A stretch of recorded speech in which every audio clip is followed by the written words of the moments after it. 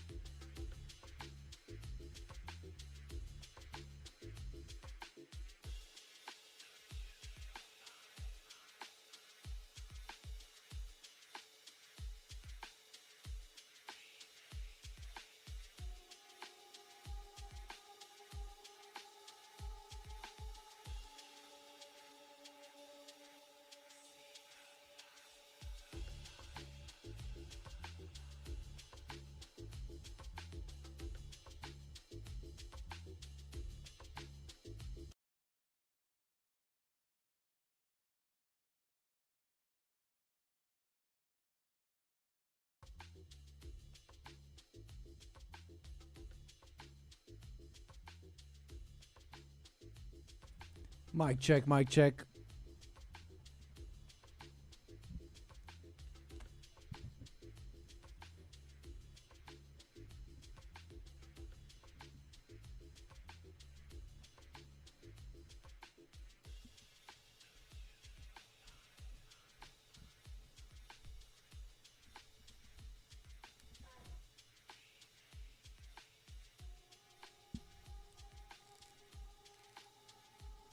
What's up, everybody? Back to the huge.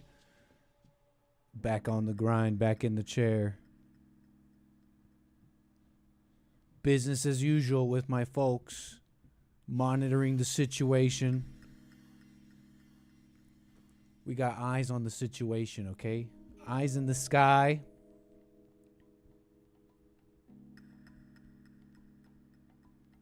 You almost look like a normal person. And then he slanders me. It's okay. It's okay. Harry Potter Pooper, thank you. Appreciate you being in the chat. New name. It's good to have you here. Our most distinguished. Always our most distinguished viewers. Harry Potter Pooper, please take a seat. Thank you.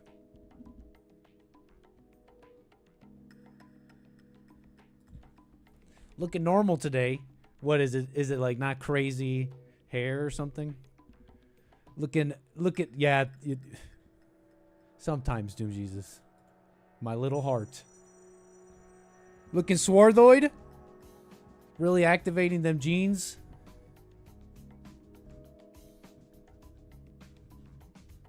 Can we still... Some call him white. Some call him black. It's the Anchor Baby. How you doing, everybody? Welcome. Rumble.com/American Anchor Baby. Punchy.tv/Anchor Baby. What's up, Jules, Creighton, Homesteader? The Homesteader Nick. How many Nicks do we have? You found your comb. I'm the one who's been missing decorum. I'm like, click the like button. What are you guys like? Basically teaming up with Subway Stabbers, and I'm the one coming in looking like I need a crown act. I'm the one coming in looking like I need the crown act, looking like I'm about to protest.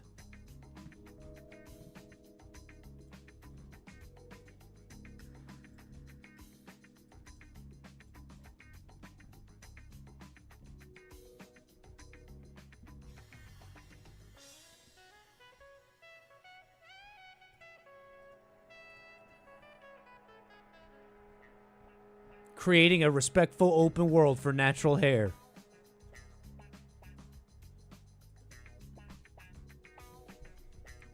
So I get you, ladies. I understand you, ladies. Black women in particular.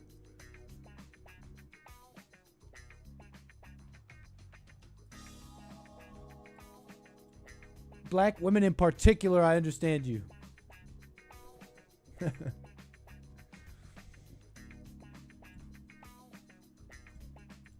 We got lines open. That's 844-900-2229. If you got something to say, got something on your mind, if you guys want to talk about something here, we're taking it easy, doing a little stuff, taking topics, taking calls as we do.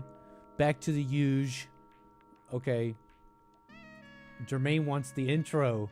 It's 11:02. I'm so fickle. I'm so particular.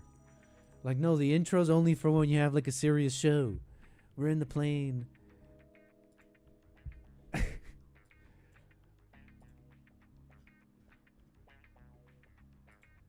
So particular.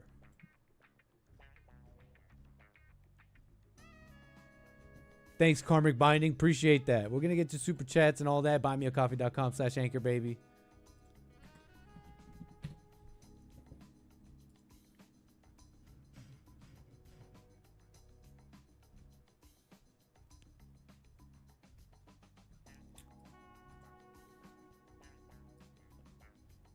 Just opening up all my stuff. I'm freezing up over here. Hold on.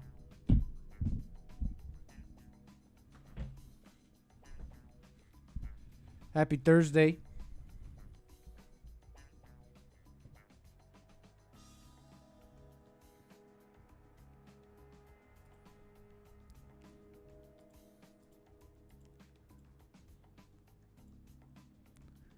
So basically, it's time to make all this stuff sway. Okay? It's time to finally make it all sway in the morning.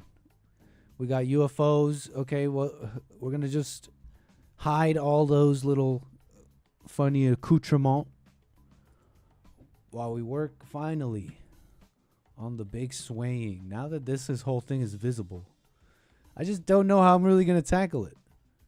I have somewhat of an idea. And I got the trees. I got the like spiky parts. Anything that's kind of sticking out, we can make it sway. That's no problem. All this stuff, you see, these little treetops are actually swaying.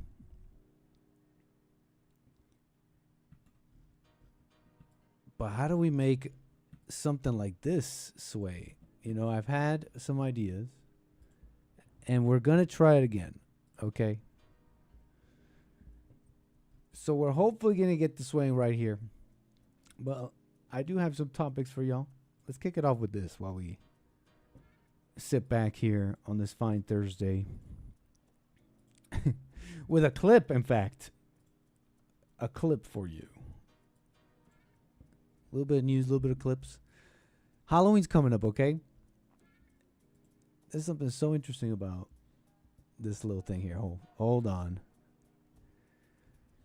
We're going to Canada here for a moment. Let's see here. Palestinian refugee attacks white people for erecting Halloween decorations months after her family arrived in Canada from Gaza. And that's just an ad. Pay that no mind. You gotta take this in. While we're getting in the holiday season, right? Halloween, which precludes, right? Thanksgiving, which precludes Christmas. It all comes together. It's all part of it. You see the pumpkin. Check this out. I just want to ask, is this okay? Is this like how holidays look like? This is like just across the street from my sister's. Like, is this okay? Is this effing okay? She's swearing. Fun about it. What's fun about it? Like, it reads here, my sister and her kids just arrived just a few months ago after 8 months of genocide and a year in limbo in Egypt. So a year in limbo. So these people are from Gaza. I mean, that's what, you know, where all that's going on. about it? Like, what is the fun about it? What is civilized about it? What is holiday about it? Y'all, you like white people. You wet. F you West, F you white people. Like Westerners. Those are and West, that's our swearing. like I would say like everyone. F everyone. You know. in my Canada, not ladylike. Palestinian refugee living in Canada has blasted white people for erecting Halloween decorations she deemed offensive. Samar Al-Qdur arrived in Quebec as an asylum seeker in 2019. What's up, Nugget Man? Canada in the chat. Her sister, who has 2 young children, relocated from Gaza earlier this year. Al-Qdur, a self-proclaimed human rights activist, is very vocal on social media about Palestinian causes and often details her life as a refugee. What?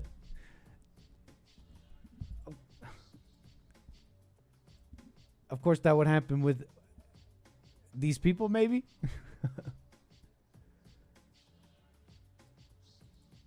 Did they know? Was there any way of knowing? I've heard that they are an issue no matter where they go. They're disruptive, okay? You'd think, well, she just came out of Gaza. Of course she'd be an activist, but there's no... You're safe, right? Like, your activism for your life is done. And so, I mean, you can, like, care about it, I guess. But it's a matter of proportion, okay? And then the other logical thing you can speak on, it's the disruptiveness. Omelette du fromage. Now tell us about Browntown. You mean Brampton, Ontario?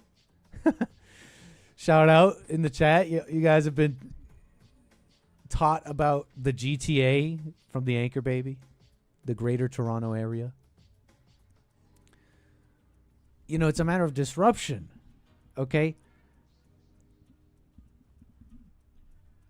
You're here in a different place. Have some decorum. It's time for decorum. I don't think they should even be here, personally. In a recent post, and this is proof, this is Canada, I know, but in a recent post, the activist launched a profane rant in which she criticized her neighbors for displaying gory Halloween decor outside their Montreal home. We celebrate Halloween, and it gets kind of gory, okay? Maybe it's not, maybe it can get pretty crazy lately. I don't know if it's always been like this, but people are really into really being scary, as opposed to like, boo, like, you know, as opposed to like boo and like the Monster Mash and like candy and like and you know, like maybe some horror flicks with the adults. But you know, I drive around the area and I see like a realistic it's like, I haven't seen this, but I've seen stuff quite like attempts to be quite realistic. Like, I'll drive around now, probably see the wife coming out of her house and it's her. It's like a realistic her dead. Karen! Oh, Karen, you're okay. I don't know why I used the K word. Admittedly, the decorations are tasteless, but there's a reason for that. That's Doom Jesus defending the spirit of the whole thing, understanding the gory stuff. Error, not receiving stream ended. What?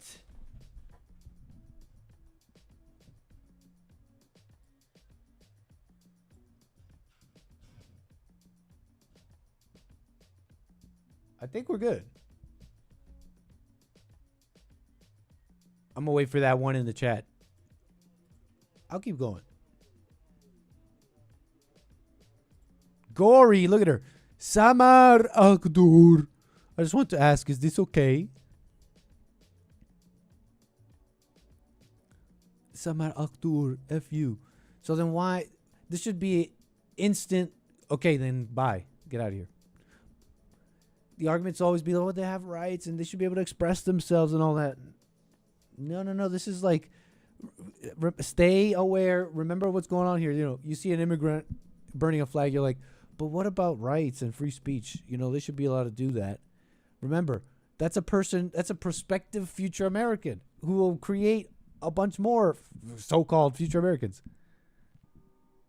It's not a silly thing. It's a serious matter.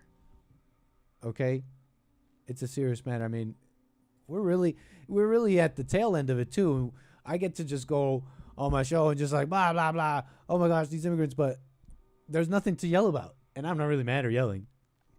They're gonna say I'm ranting and raving. I wasn't ranting and raving. There's nothing to yell about. We've seen the fruits. Oh, you brought in a bunch of people that think different, but they're allowed to think how they want as an American.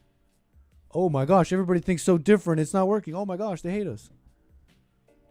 So there's nothing to yell about. There's nothing to rant and rave about. Okay, write my right wing show. Get out of here, immigrants. Like I agree with a moratorium, by the way. Totally shut it down. Take a big, courageous step to an unknown future. What'll happen? But invest in your own people. You don't see China investing in all these powerful engineers. We need the engineers of the world.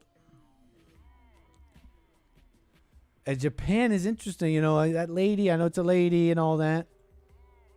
You know, I'm getting ahead of myself, but I'm going to pull it up just so I don't forget. We're just kind of like talking freely right now.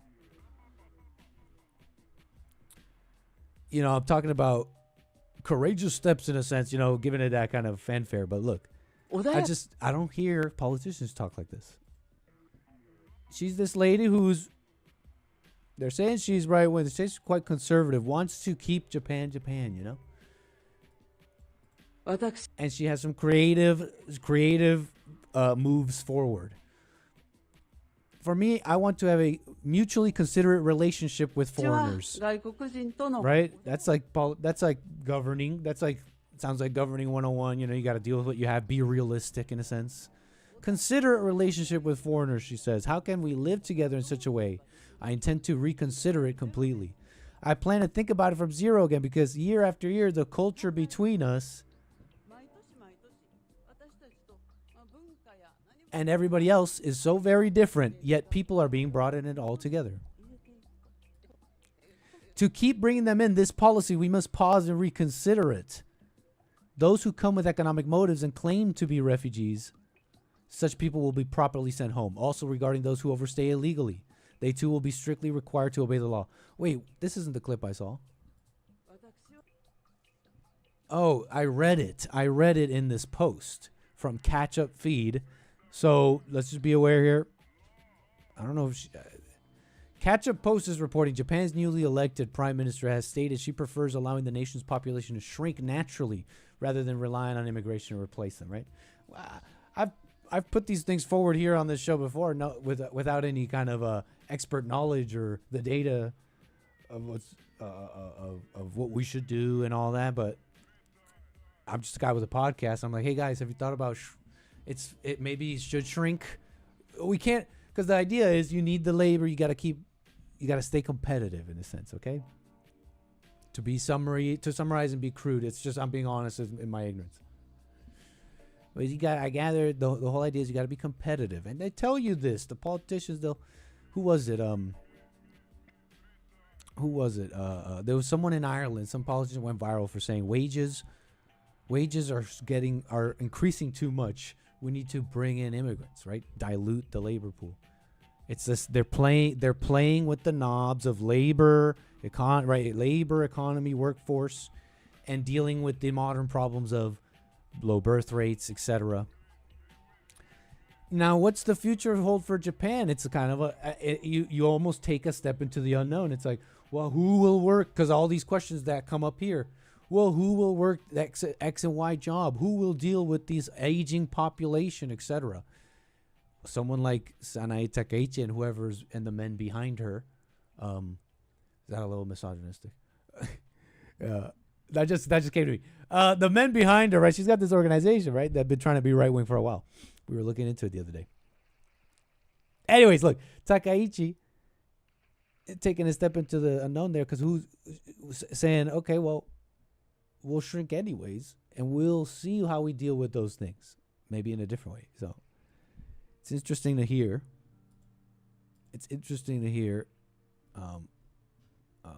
And maybe they'll come up with innovative things. You know, It's like, wow, AI is such a mess. It's gonna take all these jobs. Hold on. Hold on. Let's get creative here. We got two pathways. We got a couple of pathways before us. I see two of them here. One is like, okay, we need to be competitive, keep things going. People are getting old. We need to have the economy keep going. We can't collapse or shrink too fast and let people die and go into calamity, have our enemies take us over. We got to keep, so ergo, we must keep the population up, immigration, or, unknown, shrink, and deal with things creatively. You see these paths. You're worried in the initial with AI taking jobs. You're like, wait, hold on. This might work. We're shrinking. Let's just have AI do all these bloated jobs. Like, I'm just thinking out loud here, right? Creatively. I can't hear you that well, Nick. Test. No, I think it looks all right to me here. Let me know if I'm coming in clear.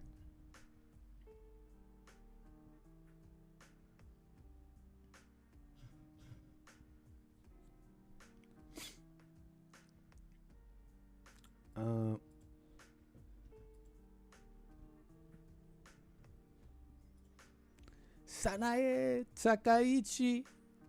Interesting. Where was I here? Look. These people hate. These people are hateful. It's not worth it. I don't think it's worth it. Make AI do the deportations. It's not going to do everything.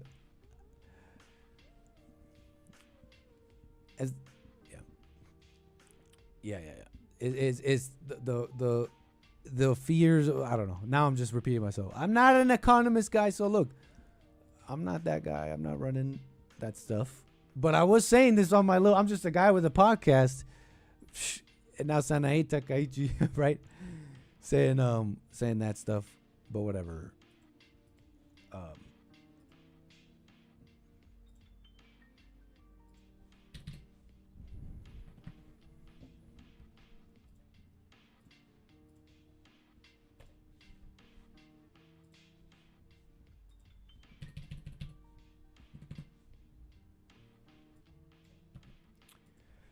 What a mess. Palestine. I mean, what's it like? What's it even like over in Gaza, even before the war? Is her ring finger censored? Can't show that. No, I think that's her midal. Al-Qahoud. Samur Al-Qahoud. An activist. You can't import activists. Activists are disruptors. They're a security risk. They're all that. Okay, look. Where was I? There's a couple of things I had. Kind of unrelated but related. Might as well kind of get into them here. Shrinking the population. Indian truck drivers.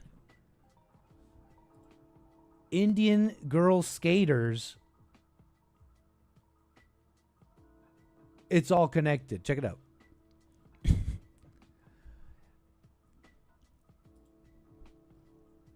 Thank you, Mason. Thank you, everybody. Appreciate it. Thanks for letting me know about the audio. Indian woman in her 40s. Auntie skates. Auntie skates is skating in America, or I don't know where. Start skateboarding safely by Auntie. I don't know if she even has an accent. We're just having fun here. Indian woman in her 40s was constantly judged for being too much like a boy, growing up as per toxic auntie culture. Let's go.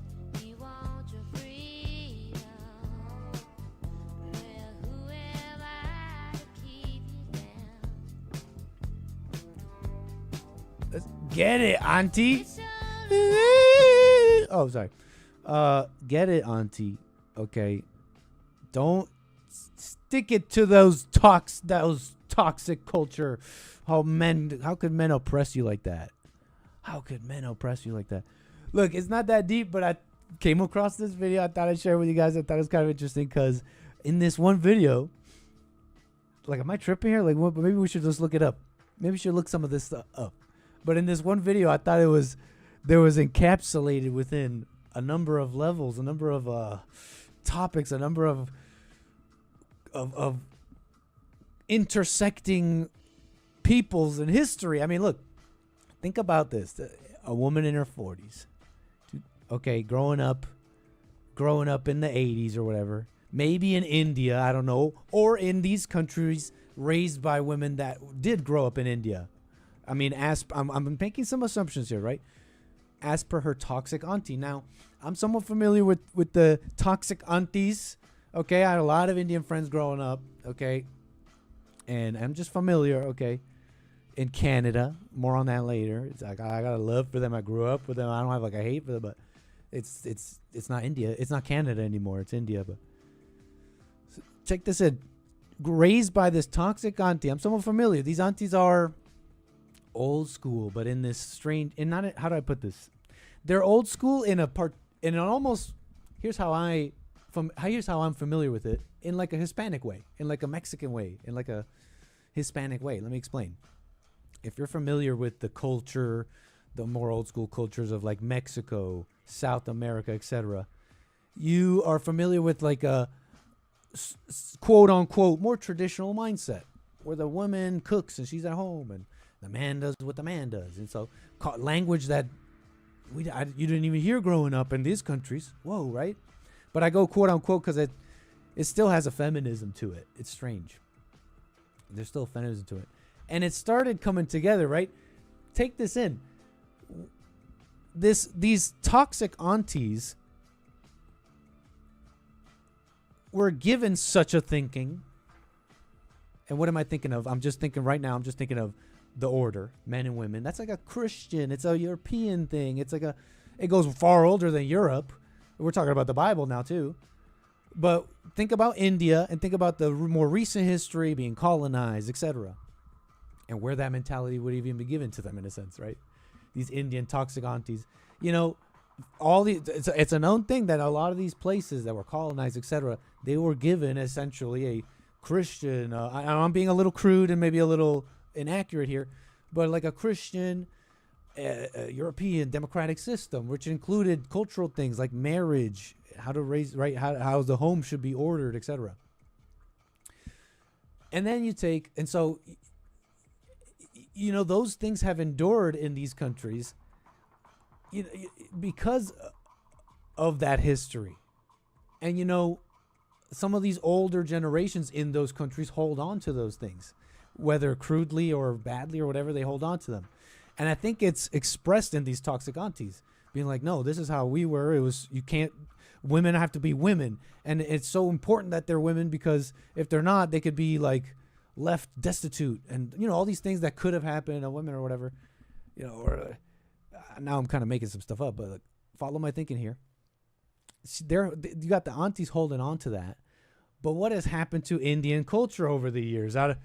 It's not like a lot what had happened to the whole world. Let's be real. We've forgotten the ways of those before us. We've judged them, hated them, and we've taken on their worst things, lost God, etc.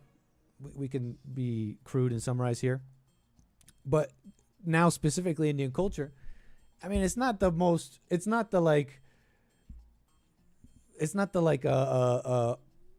eat, pray, love, mystical society of what you thought of before the internet was around. They got problems. A lot of people do, but talk about India, and they got like this crazy population. It's just like a mess, no morality. It's like a lot of cheating and scandals, and there's like a problem between the men and the women. Consider for a moment a toxic auntie having to push this on the women, almost out of survival, of trying to survive in this post-colonial, this Christian democratic system given to them. But the corruption of their society is putting such a pressure on these things. You get like a Warhammer 40K, like a Hell Society version of it. And now toxic aunties are like beating you up for, you just want to run and play with the soccer ball, because they got like a corrupt way of trying to keep what might have worked at some time and desperately holding on, but you got this corrupt society and it's just falling apart, right? And then what happens? You got an Indian woman here blaming toxic culture, and you gotta understand. I knew a lot of these Indian women. This toxic culture from the aunties. They blame the men.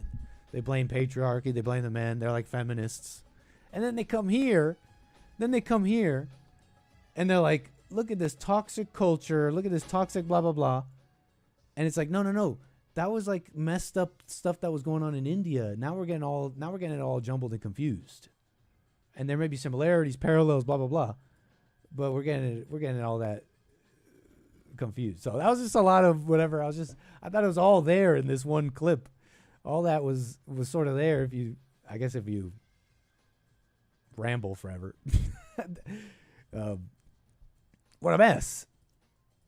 And what's left of the women and the men? They're left confused and lost and not happy. Well, maybe she's enjoying herself with the skateboarding, but she's got a chip on her shoulder. I couldn't skateboard till I was 43 because blah blah blah. I mean, that's a victim. So you're gonna stay a victim over all this false stuff.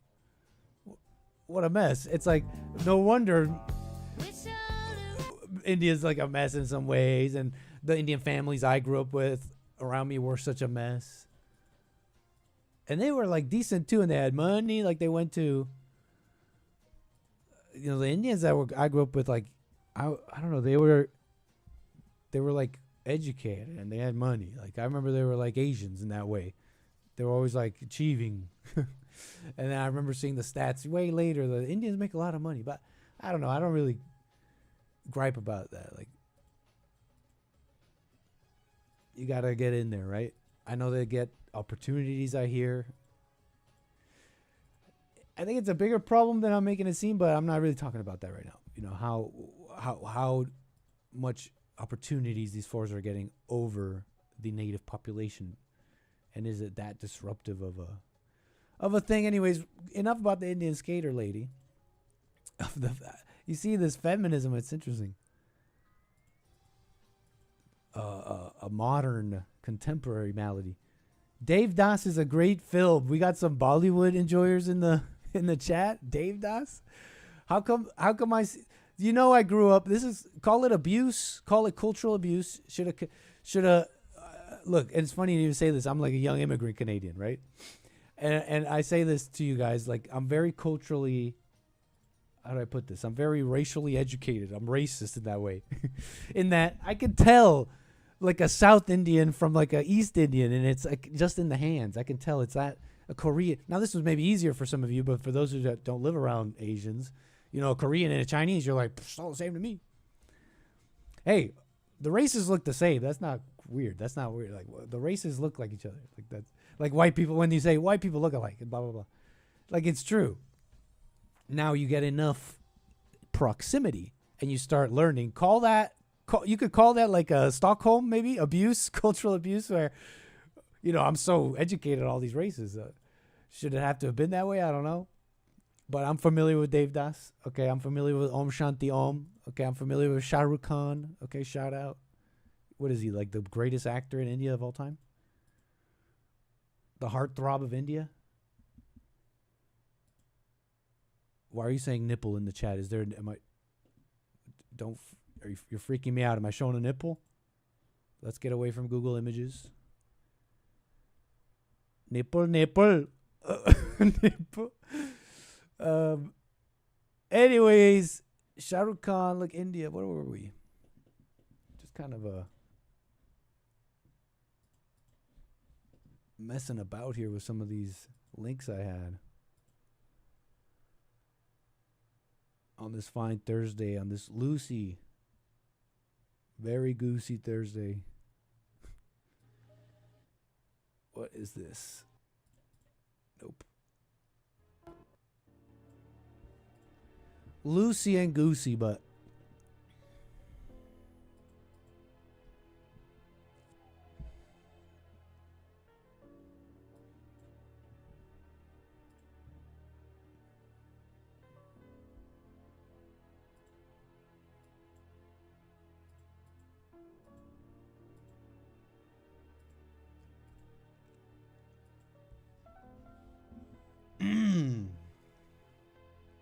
Nick can pass for Indian.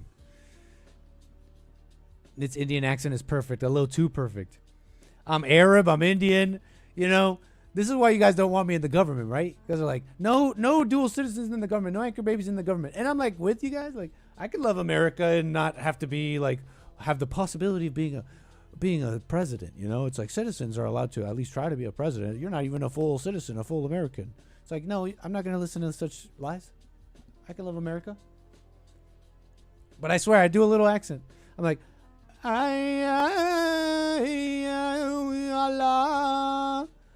Allahu Akbar, and now all of a sudden you guys are like, get out of the country, or at least don't be in the government. And you know what? I understand. If someone was running for anything and they started doing that, I guess they can't have my vote, which kind of brings up an interesting thing. You know, Trump, Diwali, we brought it up on Punchy TV with the fellas, the experts. We were discussing Diwali and the Trump administration, celebrating that festival thingy. And I was like, whatever, right? Look, I had like this realistic take, sort of. And it was kind of maybe dishonest, but kind of like take an opposing stance from Derek. I know he's like, hell no. And look, okay, I don't like it. That's what I was saying. I don't have to like it, but I don't have to trip over every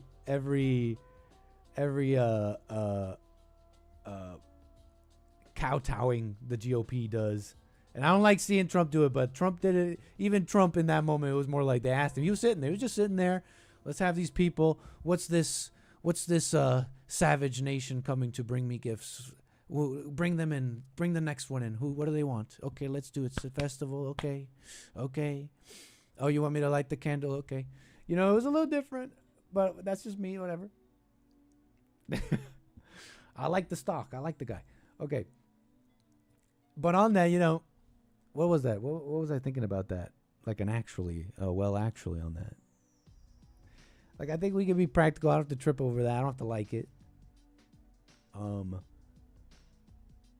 But man, who was it that said this? I think it was Zenny. Caller on the Hake Report. But I was thinking this too the other day. I don't know. It's just a matter of like, what was I thinking? Just put it simply. You got these people in the government and all that. And all of a sudden it's like, there's a big increase in Canada. I'm thinking about Canada. And all of a sudden it's like, they're in the companies. They own the Tim Hortons. They're outnumbering the Canadians by a lot.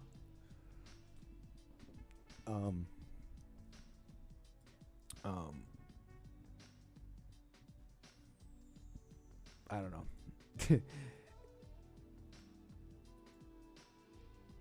Where was I going with that? No, I had no point on that, folks. What am I rambling on about? Let me get to some calls. I was just giving you a middle of the road there, I guess. Like, okay, I don't necessarily like the Diwali, but it's practical. How about I stay out of it? Come back to that one. Josh from Georgia. How you doing, sir? You're on the air. Hey, what's up, man? Yeah, just gonna comment on the Indian talk, man. Tell me. What's up? Tell me. Go ahead. All right. Yeah, you know, I think they're kind of like the blacks in that when they get in big groups, like how it is in Canada, when black people get in groups, problems arise, you know. And I think it's the same thing with Indians, you know, like when it's only like one Indian in a town full of all white people, one Indian family, it's cool. I think that's how Vivek is, you know, that's why he's so American and seems so base, you know. But when you get groups, masses of them, it's like, I don't know, something happens and it becomes, same thing with Mexicans, you know. It's like any non-white race, you get masses of them together. I think you're right, man. Yeah, if something happens, it's like a curse almost, you know, like. Maybe it's just a matter of. Maybe it's just a matter of different. It's just a matter of different and different concentrating enough to be a disruptive problem. I mean, just seeing it. I'm trying to see it very just plainly. I'm not even. It's not personal for me. It's not hatred. Right. Just and if when you bring this up, you're bringing up an interesting thing. You're bringing up like what? Yeah. The only possible way maybe not amnesty, assimilation might work. It's only you have to have the right environment. And what is that environment? An overwhelmingly white one. 90% white. Yeah. You would need, and then those people, it's like you wouldn't even be able to tell. Right. It'd be like, I would vote for Vivek, man, for governor. I know what Hake and Derek said they wouldn't vote for Vivek for governor of Ohio. I think so, yeah. Right. I totally would, bro. Because I see he can get the job done. You know, he's not, I don't know. He's like a Clarence Thomas to me. You know, he's black but you know, I don't know. Some blacks are not like all the other blacks. Some Indians are not like all these. So it's huh? Please go ahead. Yeah, no. You know that. Yeah, I mean, what would you say? Would you say you would vote for Vivek, or I don't his name? No, right. I don't think I would. And I'll tell you why not. Because I don't even dislike him personally. Like you know, like he supports Trump. You know, he's got like okay views in a sense. I am thinking in particular, like it's not even like an Indian. Although I don't think that's a fine reason to you know discern about somebody, especially if you're voting, like their race. Fine, like I'm not being obtuse about that. But my thinking is not even about that. It's more of this particular moment, and maybe I'm judging him on it, but it was that moment on Twitter over H1B with Elon. You know, basically the right wing on the internet, which is younger and whiter, the ones who were at least vocal about this, were like, "Hey guys, like we love Trump and we want to do it again. We want to vote for you guys, but you know, it's like you guys are going hard on stapling these citizenships or whatever." On diplomas, and you know we're having trouble with that, and they're like no, Elon was like F yourself in the face, and I forget what Vivek was saying. I remember there was some truth, and it was something that maybe rubbed me the wrong way. Put it like that, and not like emotionally, but I was thinking about that. I'm like, okay, whatever. But I don't live in Ohio. You know, I don't live in Ohio. Rick, for example, I actually used to live in Ohio. Oh yeah. Mm-hmm.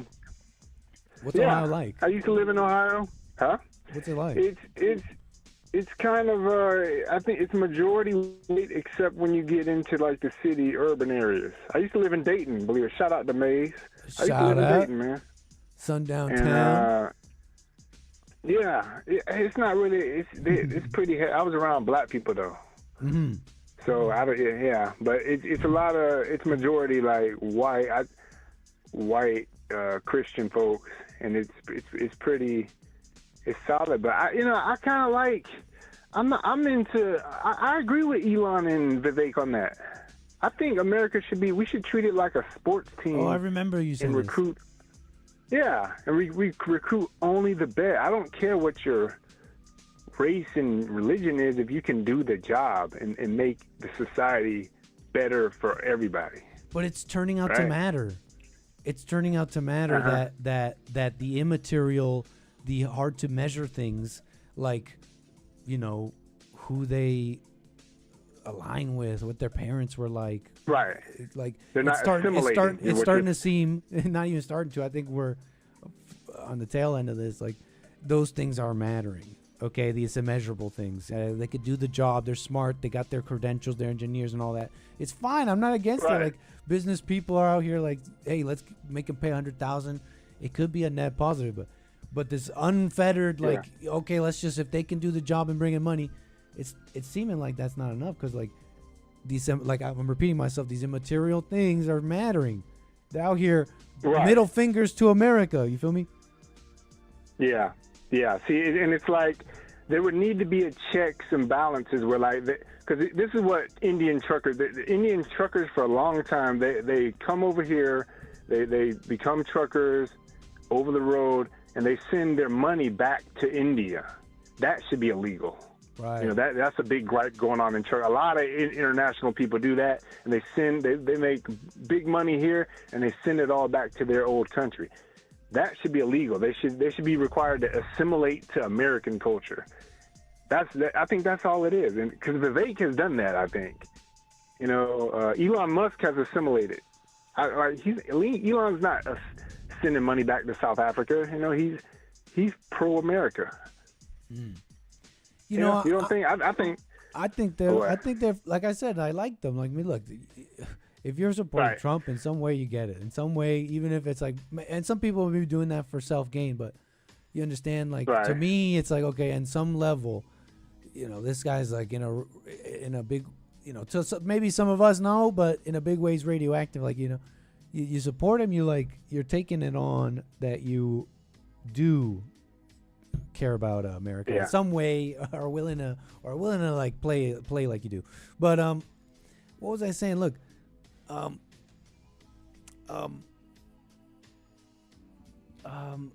you know, like Vivek, I don't live in Ohio. That's what I was saying. So I don't know. Right. You know, if I lived there, maybe I'd think differently. But it's like what I was saying with Rick and Winsome Earl Sears. You know, in general, I think maybe Republicans should lose. They're putting up this woman, you know, and it looks like they might lose anyways. Right. But I can acknowledge I don't live there, and maybe I would think differently if I knew exactly what they were saying and what might affect me as a resident of Ohio/Virginia.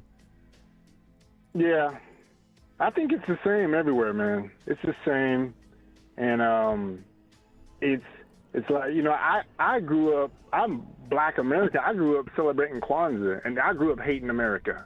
You know, that's kind of like most black people. They just default hate America. You know, but they're like, it's like brainwashing. Right, and that's like an enduring problem too. I mean, how do you deal with that?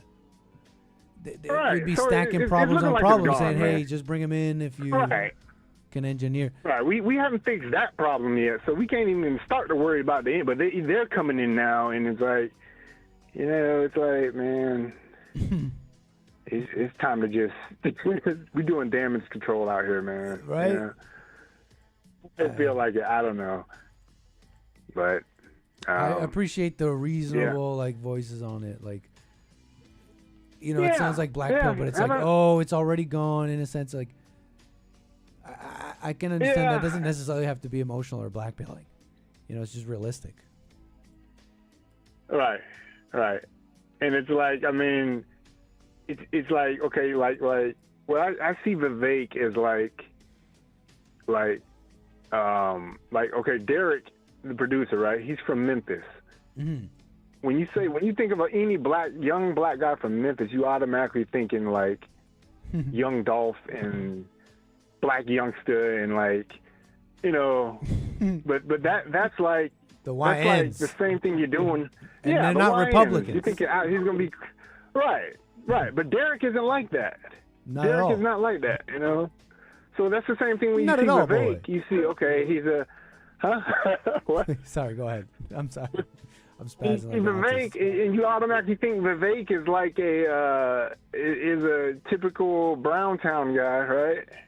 But he's not. You know, you got to kind of judge it on a case by case person. And you know, I don't know. That's just how I see it. Because right now it's like I just wouldn't put him in charge of let's say, I don't know what position would be in charge of this, but whoever's deciding. Like, for example, let's say, and I do mean this specific, like, whoever decides how many Indians come in or if they do it all, I don't want Vivek on that job. Am I you know, I don't want Vivek on that committee. Here's a question. Personally. Okay, here's a question. Would you rather have Vivek for president or would you rather have Mike Pence for president? I wouldn't even know how to answer that question. I feel like I don't know either of them at all. And I almost blurted Mike Pence to be almost like I don't know, like controversial with you, but I don't know why would I want to just be controversial with you. So I don't know. See, that's how I'm seeing it. It's like Mike Pence, the white man. I don't know, man. The white Christian, he's conservative, he fits all that, but there's something off about him. You know, he's got that neocon energy going for him, right? I think I would totally vote for Vivek over Mike Pence. With Pence, you you know? say neocon and all that. Yeah, that's like a lot of the same Yeah. issues we've been having. It would be more of the same. Right. I think Vivek. I think you're right. It would be Vivek materially better, maybe. Yeah, but yeah, I don't know. It would be that's a tough one. You know, you have to. I don't know what I would do in the moment, but to me, that's why. But of course, Vivek Ramaswamy. His name seems like I don't want that guy being president of the United States. You know, just off of his name. You know, but he may be able to get the job done, man. You know, this would obviously, you know, So- and that kind of talk even makes more sense for like this future America that, you know, I mean, it's coming, right? Younger generations. right. You know, when I Yeah. imagine a Jesse reacting to that, it's like, wow, my country's gone. Ramaswamy as a possible governor / president. You know, and I think that would be Yeah. a fact if I heard him say such a thing. Yeah. I mean, you know, it's. I don't think religion matters. I mean, you can't help how you're born. You know. Right. I'm just looking at Right. how his spirit is. You know, I'm just judging him No, that's individually, and yeah, you know, it's. But yeah, in groups, the Indians are just like the black. When you put a bunch of blacks in groups, it's going to turn into a ghetto every time, and that's the same way with seemingly all the non-whites. It's just always. man, I think you're right on that, man. Yeah.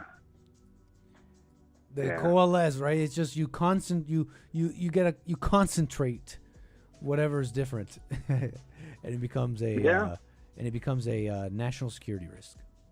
Put it like that. Yeah. Sarah, Yeah. man, anything else you want to speak Yeah. on before we move the wheels? But can you do your Indian accent, man? You mean what? Well, I that's what can't. we want to hear. You do it perfectly, man. You can't do it when someone asks you. I mean, I could. I'm trying to think of what to say. I'm having trouble. Just doing it Yeah, on a just dime say- with you asking. The Pledge of Allegiance. I The Pledge of Allegiance. I to the pledge flag. allegiance. I mean, Duty. No, now I'm messing it up. I don't even know my Pledge of Allegiance. Yeah. I used to do that. Did you know I used to do Yeah. that in the mornings in school? This Oh, anchor did baby you? from Yeah, Canada. yeah, we did. Yeah, I did that in America. Oh, yeah. I pledge allegiance. Wait, let me remember. You- I pledge allegiance to the flag.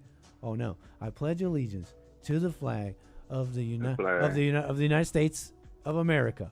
Do I say of America? And to the republic Yeah. to which it stands, Which it stands. One nation. indivisible. Under God. Yeah. Okay. Indivisible. With the With liberty, I'm messing it up. With liberty and justice for all. Jana Ugh. Gana. Yeah. Yeah, you gotta get it. Yeah. The accuracy makes it better, I think. And it's like, Yeah, I heard call you do it it my before. trauma. You're perfect at it. yeah, Right. call it my trauma, but it's my cultural proximity to such diverse folks. Call it diverse trauma, but Yeah. the Right. accuracy is there, I think. All right, man. I hear you. Sir, call me hear you, again, man. man. Cool. All right, we'll do. Appreciate it, All right. man. All right, bro. 844-900-2229. Nick got to go back to Canada. I pretty much remembered it there. Okay, I haven't done that in forever. What is this? Nit disgraceful. You got it, Nit. Lol, I was sweating. Okay, but isn't this Pledge of Allegiance? Is this like a Statue of Liberty type deal where it's like this came later? When did that happen? When did the Pledge of Allegiance come about? You know. 1892? That sounds pretty early. Oh, no, wait, hold on. That's like 100 years after the founding. Captain George Thatcher Bouch, a Union Army. Oh, we're talking Civil War. Hey, look, old enough for me. Hey, it says America. For me, at these heights and this point of history, that's American as heck, I guess. What can I say?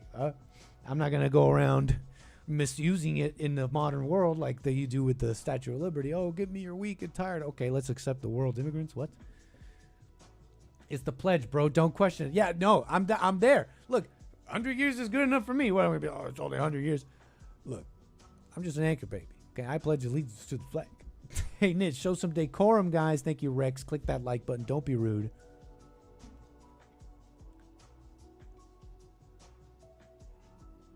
Don't be rude. Click the like button. Show some decorum. I pledge. Why am I sounding funny? I'm not sounding Indian. I pledge allegiance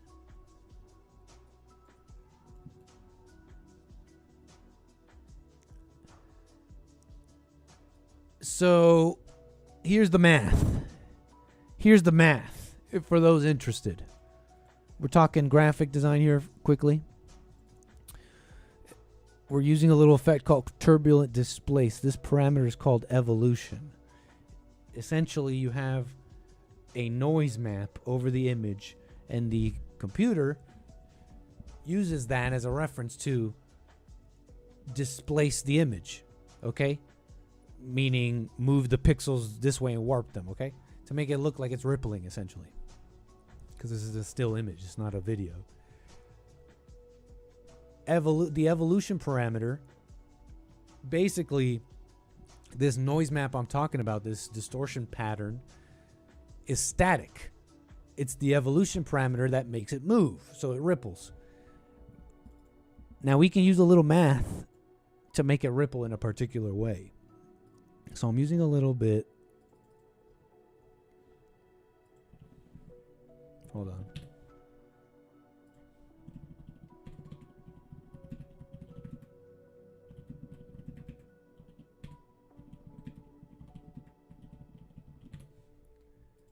Hold on, wait. Thanks for the super chats. We'll get to everybody. So we're using a little Java. We've defined a couple of these variables, if you know anything about JavaScript. Amplitude. And that'll be...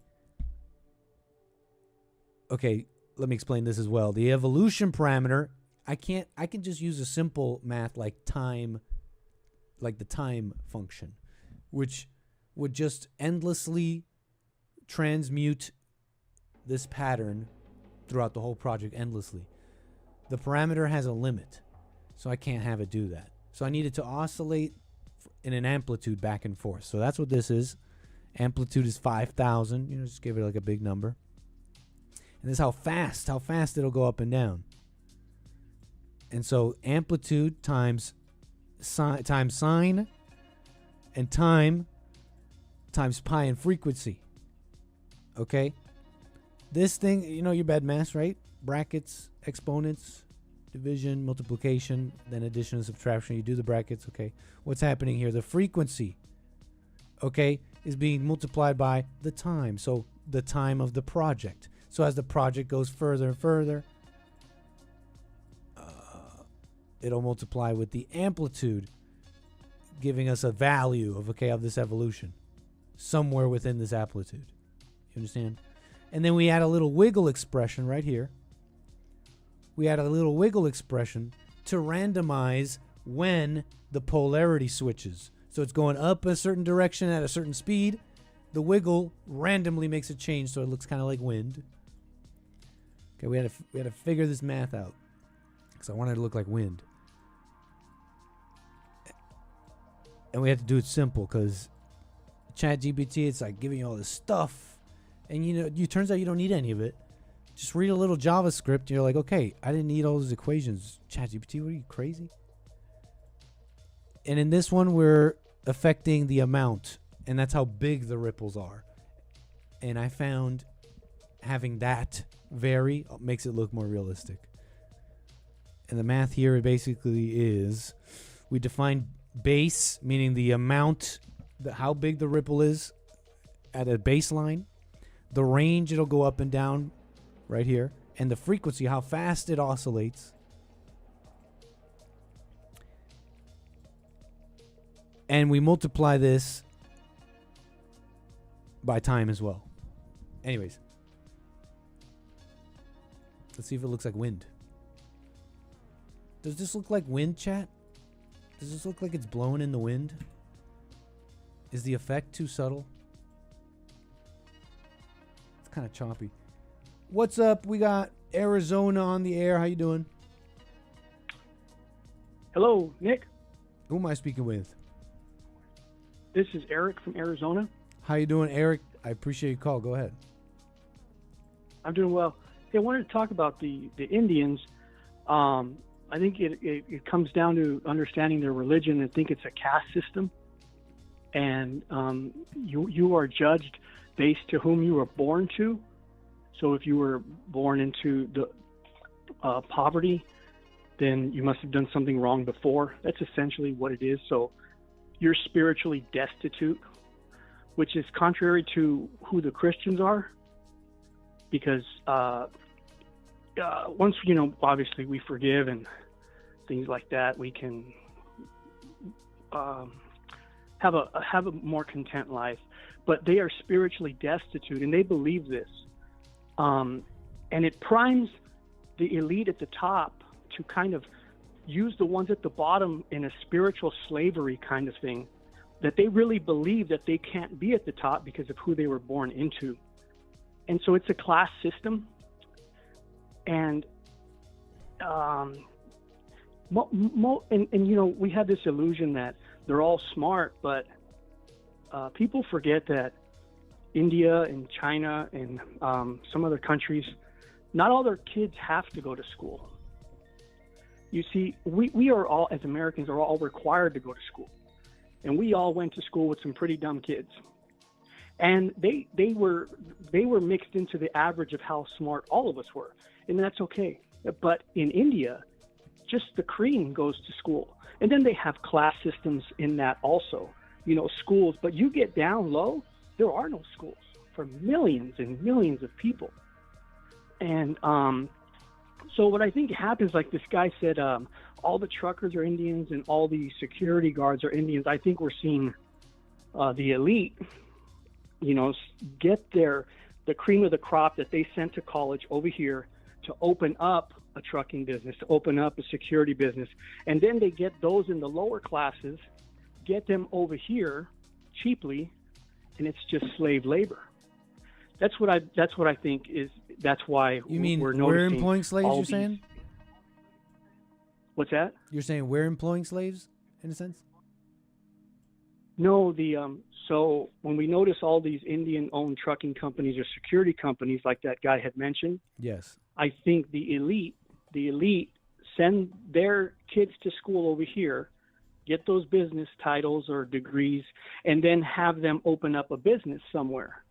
And then they use the lower classes in their society and give them opportunity and send them over here to fill those positions. And they get them at a much lower rate, and basically they're slaves to them. And it's going to give them a way up to move up. I don't know why I'm missing this. Are you saying you're saying they're sending them both, the educated and the uneducated, the cream of the crop come here to start businesses, and the other ones come here to be slaves? All foreigners are educated here in the college level, ultimately. But in their own country, only the cream can afford to go to school. Gotcha. Following that. So when you see the statistics that the Indians, 15-year-old Indians are smarter than us, well, that was only the cream. And they went to a school. They didn't have to go to a school like me. We had 5 idiots in one class, and until they shut up, could we all learn, right? No way. That's freedom, right? That kid, by law, has to go to school. They don't deal with that over there. Gotcha. And there are caste levels. There are caste levels of school. So but it's all based on their religion. You cannot move up just because if you're smart, you cannot move up because you were born into a class. But and Christianity is not like that. We have to understand that we can do what we put our mind to, and we're free to do it. So they open these businesses, and they bring in their slave labor basically. That's what I see. That's what I'm seeing. I'm following that. And that's a problem, right? You'll see them they'll own this or that business, and suddenly all the employees are Indian. All these scams, you saw these scams. The FedEx one recently, there was another one, and it were found to be deceptive. They were found to be these brand new Indian CEOs were found to be basically scamming, in a way, or just hiring Indians and like deceptive practices. I forget exactly the news. I'm definitely familiar with what you're bringing up. You're saying it though, it's because of their caste system and religion. You're saying it goes back to that key. Yes, because you're destitute right from birth. Once you figure out your parents are poor, you're like, oh, I deserve this from a past life. It's completely contrary to Christianity, to Christ. Christ was Christ was born in a manger, right? He was wrapped in rags when he was born. Christ is the exact opposite. Christ was ugly, man, unassuming. Like you people would say, that's the Christ. That's how he separated you from the world. Yeah, people think he wasn't pretty, man, because you had to. He was talking to the Spirit in you. That's why not everybody could hear. Even nowadays, yeah. But I wanted that lady in that video, man. She's just homesick. You might be right, man. I'm just thinking about what you're saying. She's just homesick. Yeah.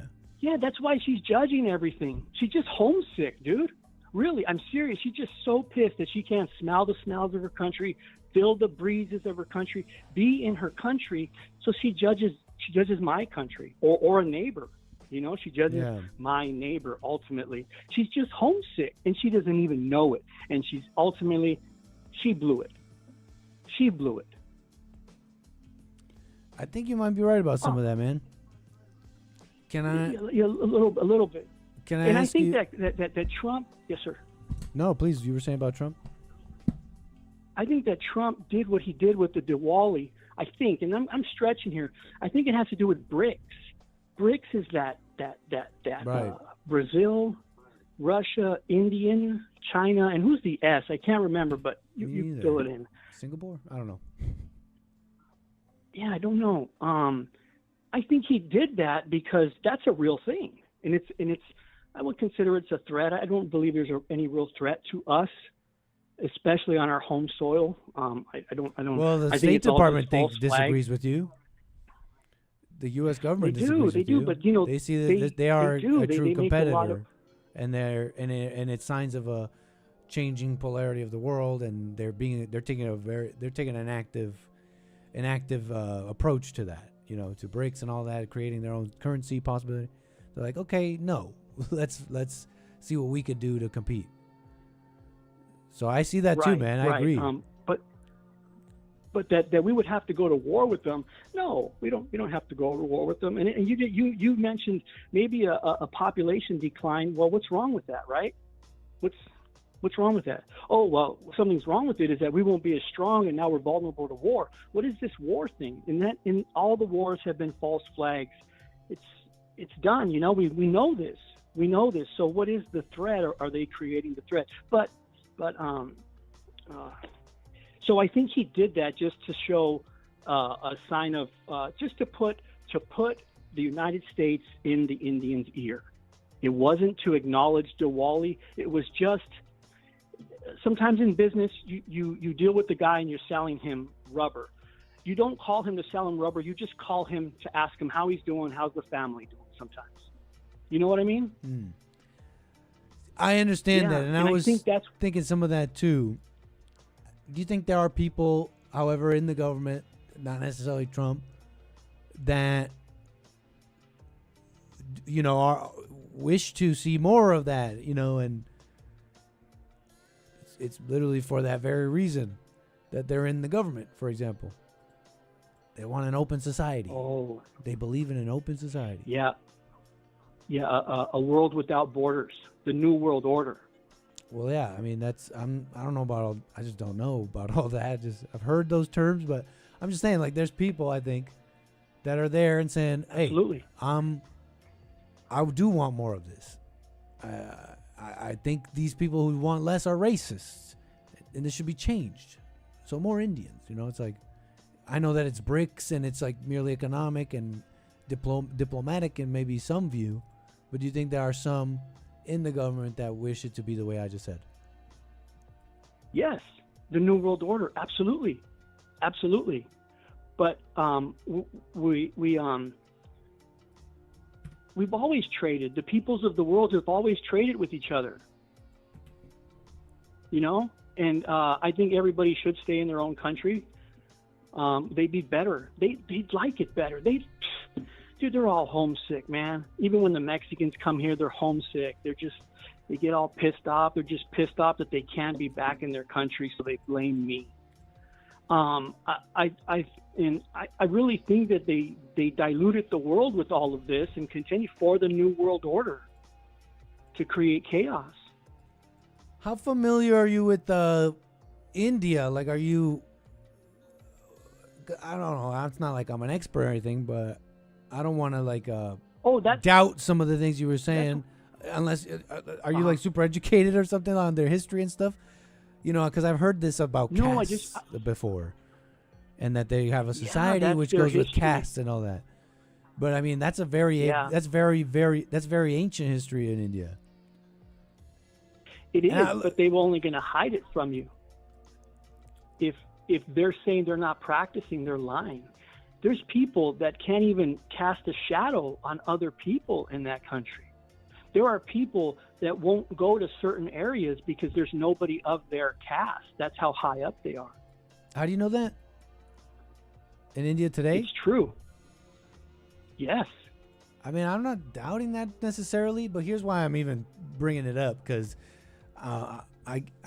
this caste talk is it's familiar to me as in this following context. It's like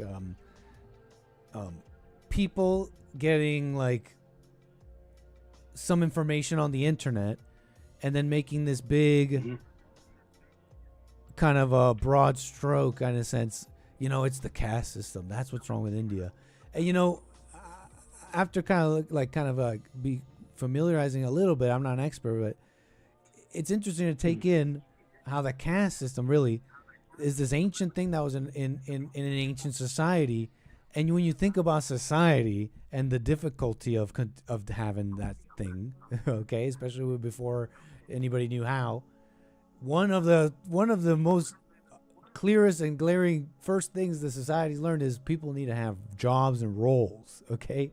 And when people go against it, you got chaos and pandemonium in society doesn't work, you know? So it's just a little crude. I could be wrong. Maybe I'm the ignorant one. It's just a little crude to say, you know, Indian, the problem is the caste system. It's like, no, that was their ancient history. It's really the ancient history of all societies. We're really on the shoulders. We're really standing on the shoulders of those terrible, oppressive, backwards people who were telling people you have a role in society. You know what I mean? Like now we do it a little different, you know, not just because you're born a certain way. You know, we see that as a little barbaric, I guess now. That's fine maybe, but I don't know. What do you think about that? Are you super familiar with India or something? Am I ignorant here? Or? No, you're not. I don't think you are. Maybe I am, and it's okay. It's just that what they portray is we think Indians are smart, but the very few of them even go to school. Yeah, they're just very populous. Few of them. Yep. And so you're gonna get surprised. Engineers with that many people, right? Like, it's the cream, man. It's the cream of the crop, and they go to school uninterrupted by any bullies, by any idiots, and they send us their cream. And when they do their testing to see how proficient they are in a subject, it is their cream as opposed to us. I think I'm point sitting stands next to Bart Simpson. No, that point stands, and I totally understood that. That makes you just have so many people. You're gonna have like a bunch of engineers. Like it's like a numbers thing. That doesn't mean you have this. This is a particularly smart populace we should be importing. And on top of that, I mean, you bring up an interesting thing about, I mean, I was watching this study. It was some study of like some kid. It was like these kids who were paired up with monkeys, literal like animals, like chimps or something.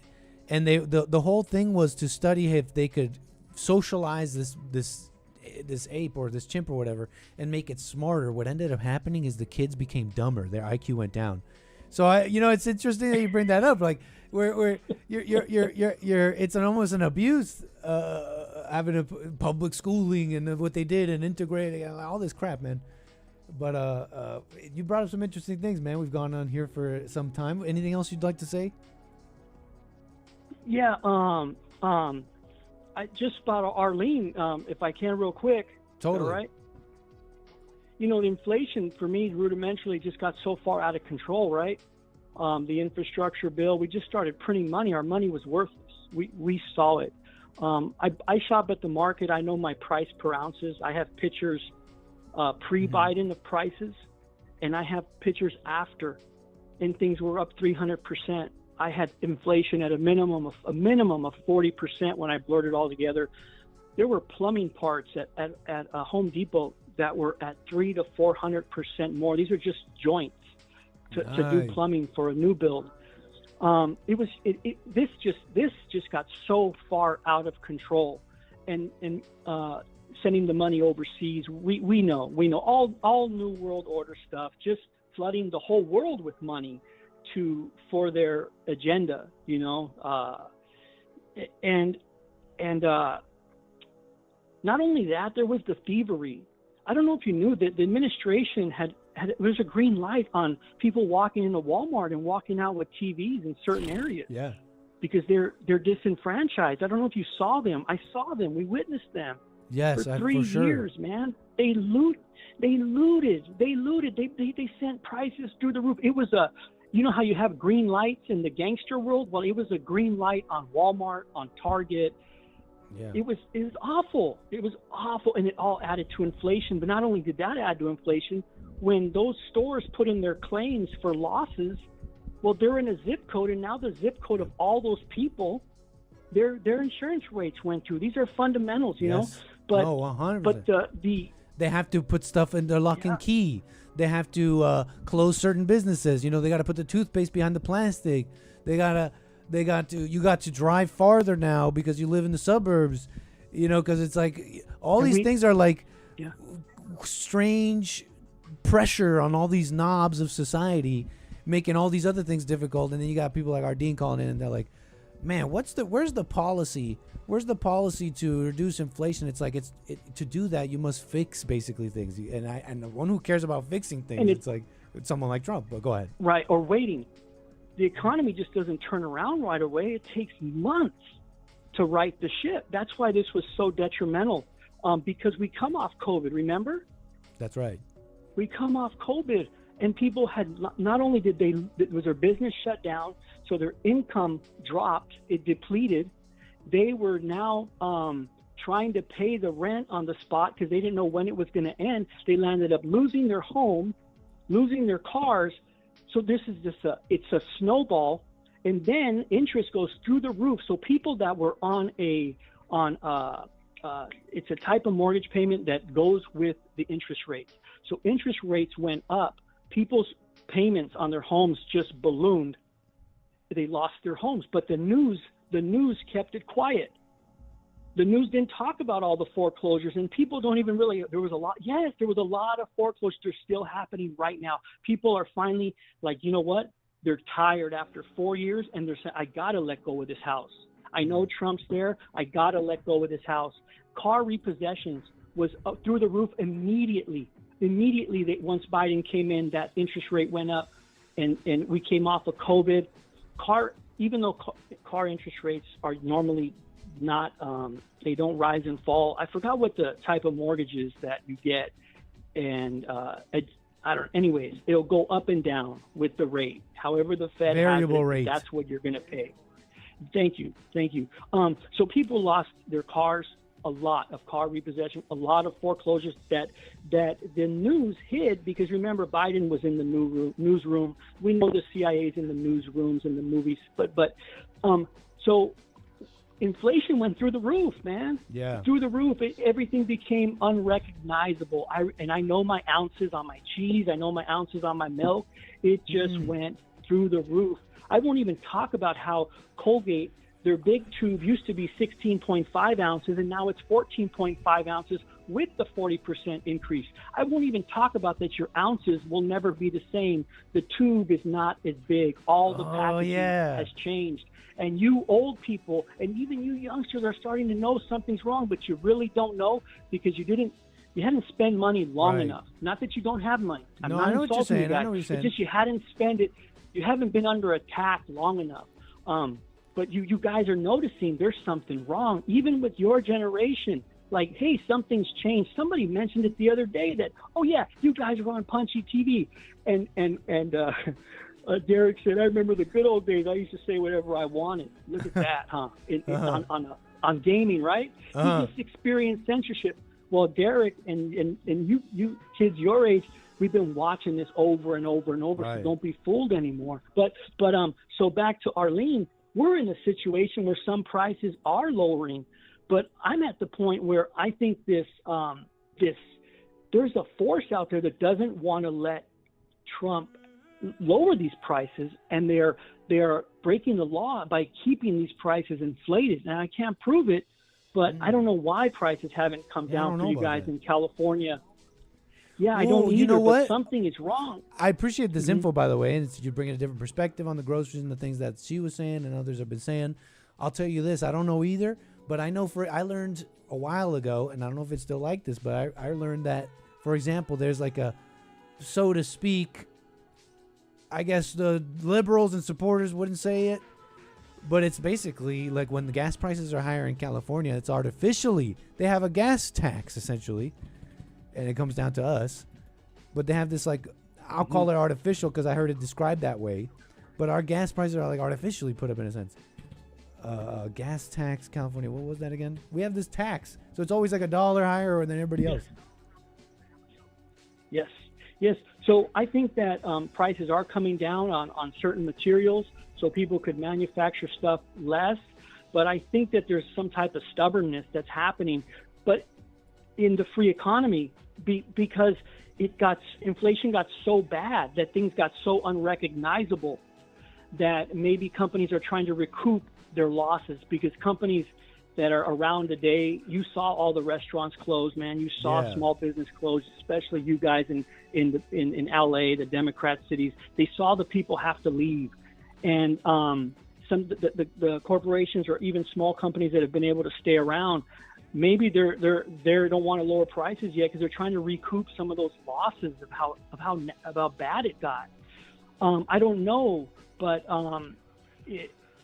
Arlene will never be satisfied, even because prices are dropping on materials to produce things, which just hasn't come all the way down yet. But because it was so bad, man, the dollar deflated so much, it caused chaos, and it caused especially the multinationals to now run things. It would be a new normal. It will be a new normal. They told you that wasn't just for our health. That was for everything. They were telling you it's going to be a new normal. You're never going to get a pound of cheese at that price anymore. We're going to make sure of this. That's what I believe is happening. Now, we can fight to change this.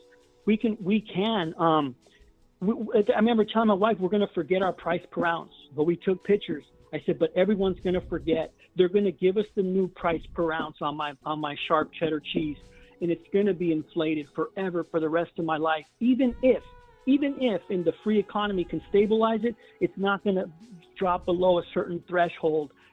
And this is what happens with countries that go communistic, right? Everything gets more expensive. That's my rebuttal to Arlene. Fair enough, man. That's all. Yeah. But you know what I want to? Can I it's say about interesting. minimum wage? Oh yes, sir. Yes. No, I mean, just hearing you, I'm almost thinking this big picture, wealth.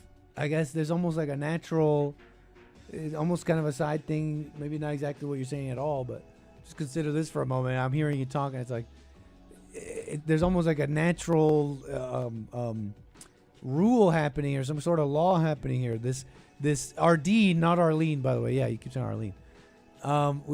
That's our Ardeen. Let's get her name right. It's like wealth can't help but flow out of those who, I don't know, call it don't deserve it, shall have not, into the hands that, that create and do. I'm not even saying that morally, like they deserve it, like it's a good thing. I'm just saying there's almost like you see what I'm saying here? Like if they increase the prices, like you said, if that's true, that they're trying to recoup their losses, as opposed to what the people want, what maybe even Trump wants, what the government wants, the companies, the impresarios, they're their own class. And it's like, we're going to keep the prices up. They can take it. They can handle it. We'll charge until they can. Then they will change the prices again. It's like the money flows to the people who have it. Is it the what little you have shall be taken away from you, and those who have will be given more? Kind of, I don't know. I'm just rambling here, but that's what you made me think of. The free economy can stabilize this, but we need oversight, massive oversight. I've heard that Walmart got caught keeping prices high, that some watchdog group knew that a price on a particular item was dropping or particular items had dropped, and that they kept it at the old price.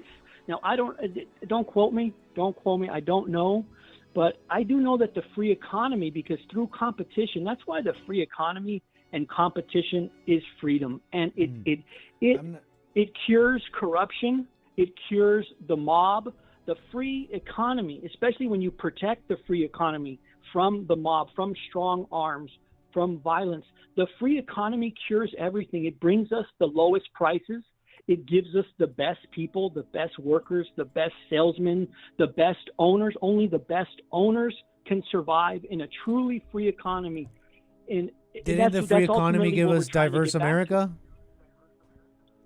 The free economy brings about the best. But didn't the free economy give us like a diverse America too? Isn't that did the free economy? No, it didn't. We've never had a truly free economy, I don't believe. Oh, okay. I believe the handlers have had their hand in this thing from the very beginning. We were debt free just for a few couple decades after the Civil War, and then once we put the Federal Reserve in there, that's it. We have not seen the true value of our money. Well, this is a lot of information I won't call, man. I got to smoke on some of this. Can you call me again? Yeah. We spent a I just lot of time on this. Go ahead. You said what? Can I just say one statement about minimum wage? It's Sure.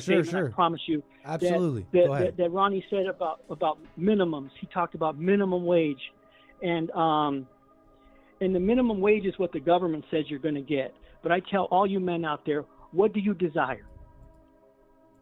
And that's it.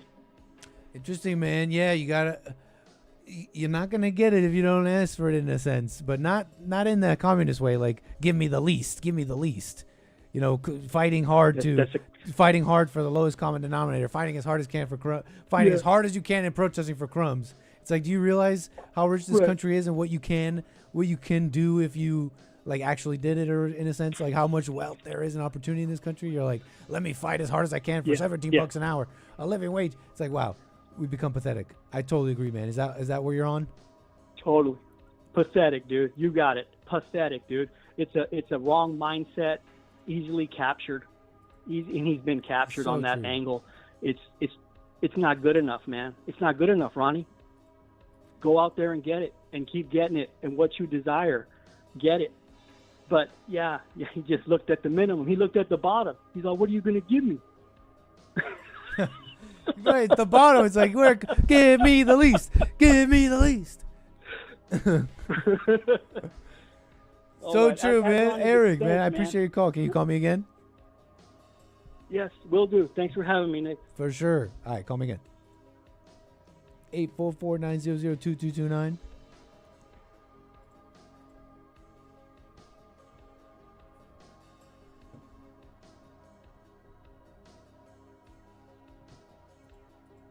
Give me minimum wage.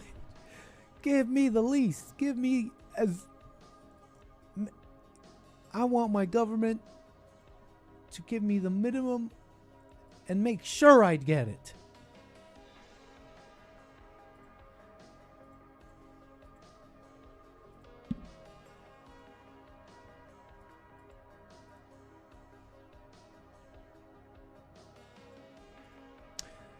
You know, I just remembered the sort of point I kind of had, and why, you know, I was showing you some of the Palestinian hates Halloween, the Indian skating girl power, rambling about kind of society, things that came to my mind. India, America. And I just remembered kind of just a little point I had kind of was thinking about, and it has to do it's even related to all those videos coming out with all those people mad about EBT. Have you seen this? Talk about pathetic. Talk about clamoring for the least, making sure you get crumbs, fighting for those crumbs. You seen this, right? Now, I have a point about this. Going about Snap. I use Snap every month. And y'all always complaining about the mutual aid videos, blah, blah. There's going to be more. I know I'll be raising money for food. Luckily, we kind of saw this coming, so we have stockpiled some non-perishables, like with our food stamps, like rice and a couple canned things, some applesauce to replace eggs if we want to bake something. We got extra flour, we got extra sugar, we got some extra stuff, but maybe would last us a month, maybe two. If we have to start paying for food, like all of our food, yeah, I may make more videos. So if you guys want to cut down on the people who need help, what are we doing about SNAP? What are we doing? Somebody let me know. I don't know. She's nicer about it. Go ahead and take them. But this is what If she's you gotta basically walk saying. smooth out the door, and if you gotta She's basically saying this. those groceries, go ahead and take them. If you gotta walk smooth out the door, just take them. I don't care. I support you. I support that message, and I'm gonna mind my business. That's what I'm gonna do. Mind if your I business. see somebody walking out with a cart full of groceries that I know is unpaid, like, I'm minding my business because I don't know. Oops. Who called for that? Oopsies. so what? So what? They're taking away food from y'all. And I see a lot of people making videos and in the comments saying, well, that's not the solution. What is the solution then? Because it's either take that or let your kids starve. Like, I don't see what's going on right now is just pure evil. They do not care if y'all eat. So why should Now it's you don't get to buy groceries on the taxpayer dime. You're mad about it, and because of that, these people don't want to let you eat. Right? Now you're depriving them of food. They won't work. And if you gotta take those, what is the solution then? Because it's either take that. I will say, if you gotta take that food, go ahead and take it. Just go ahead and take it. Like, the more people that do it, they'll get the picture. Because no mother should have to pay $60 for one can of baby formula. That's ridiculous. Like, it wasn't even that much when my tube was coming up, and it was expensive then. Now it's ridiculous. And I suggest You can pay you can make $60, okay? Yeah, it's inflated and the dollar's not as strong, but we all have the same dollar, okay? Rich people don't have a different dollar. Like, they got the special dollars. Okay. Someone educated is about to call me and be like, Nick, you don't know about the forbidden knowledge. But look, it's like you can make $60. Am I crazy? Anybody working half minimum wage of the lowest minimum wage in America can make $60. Going around saying that motherfuckers ain't getting food stamp next month. Mind you, bitch, I'm on food stamp. Let me tell you this right now. Donald J. Trump, I don't know what the fuck you got going on in that fucking house of yours, but bitch, you better fix it. Just because your ass going through some shit don't mean you gotta take it out on everybody else, bitch. Fix this shit right now. That's hyperbole. That's hyperbole, folks. People think like this, right? Nick, stop the cap. You get Snap. Guys, I'm just finding. This anchor baby Guys, I'm just finding. doesn't get government benefits. No, there's no I'll tell you that. EBT next month. My heart. There's no EBT next month. What is this pumpkin man doing, bro? Why the fuck we gotta starve on Thanksgiving? Are you dead ass? Thanksgiving. Pumpkin man? It's like, yo. Is this an American? Oh, it's just like you gotta like. Why the fuck there's no EBT next month?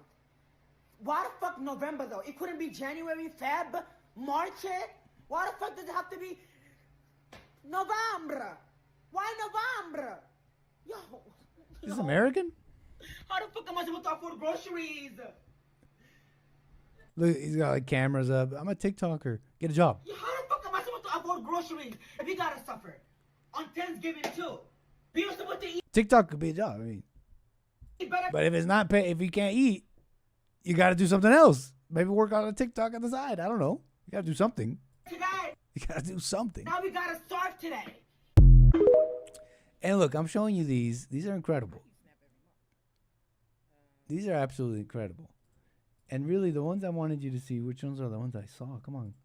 It was the ones that were just so entitled. Some of them were even saying the taxpayer, they are supposed to feed my children. Some were saying the taxpayer's supposed to feed my children. I'm stealing food. No one's going to stop me. The entitlement, that attitude. Remember, the whole point I'm showing you this is because when you hear someone like me say, to this person, now they think we're depriving them of food. And if you're gonna take those this person groceries, should go just ahead get and- a job. They'll tell me, nah, Nick, but they can't. They're in an impoverished condition. They're disabled. They're a woman. They're this or that. For some reason, don't you understand? They're in a different position. They just can't. They just can't. And then you'll show them like scams. You'll show them like people scamming it and like using EBT to get all this Enfamil. My baby needs some Enfamil, and they put it and they're selling it out the back of their back of their car, back of their Charger, over there in the hood somewhere. Like, wow, are these the single mothers in need? I get it. Single mothers do get SNAP and EBT. I'm not saying that, but put it like this. So Willen's telling me, Nick, that's not all of them. They're not all scammy. Some of those they really need it. The people on welfare really need it. Those immigrants coming in, they really refugees. They're really asylum seekers. They're really the ones in need. Yes, some, Nick, some, I imagine, aren't good people. Some are scammers. Some, but Nick, those are the people that need it. And then what happens? I have to imagine this hasn't happened in a long time because I didn't see them go crazy. I haven't seen this. I have just never seen this. The moment they come down and take away SNAP EBT, you get countless videos of people not saying, hey, you know what? I'm one of those people who needs it. And look, the taxpayer, I appreciate you guys. Not a single person like that. They're all entitled, mad, saying, I deserve it, fat, crazy, lazy. And you know what? I just don't have to sit here and believe the whole, hey, Nick, but calm down. It's only some. It's only some. And I realize it hits me. Of course they would be like this. That's the spirit of someone who blames, the spirit of anger. Of course someone who believes they're a victim. Of course someone who believes they're in need, that they are downtrodden, would be evil. So I think it's fair to say all. And you can be discerning in your personal life, be like, okay, obviously not all. But I don't think it's that hyperbolic to be like, you know what? All these people are the scammers. All these people are the freeloaders. All these people are the undeserving. All of them. You feel me? Like, that's what I was thinking about with the CBT scandal. And it's funny because this fits with the internet and technology. America has probably had decades of like exacerbating problems, but it's like a high quality of life, a bunch of money. You can have your civil rights. You can have whole movements and like move the wealth around even and still have society work. It doesn't work in India. You got to be like toxic mommy auntie and be like, no, you got to get married. It's a mess out here. Haven't you seen India?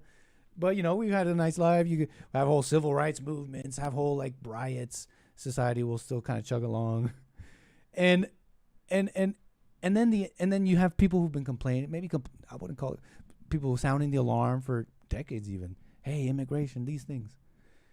And you've had a constant academic, intellectual, basically debate over it. Like, no, they're not all like scammers. Okay, there's people who need it. This study, blah blah blah, shows the single mothers got better when they did this, blah blah blah.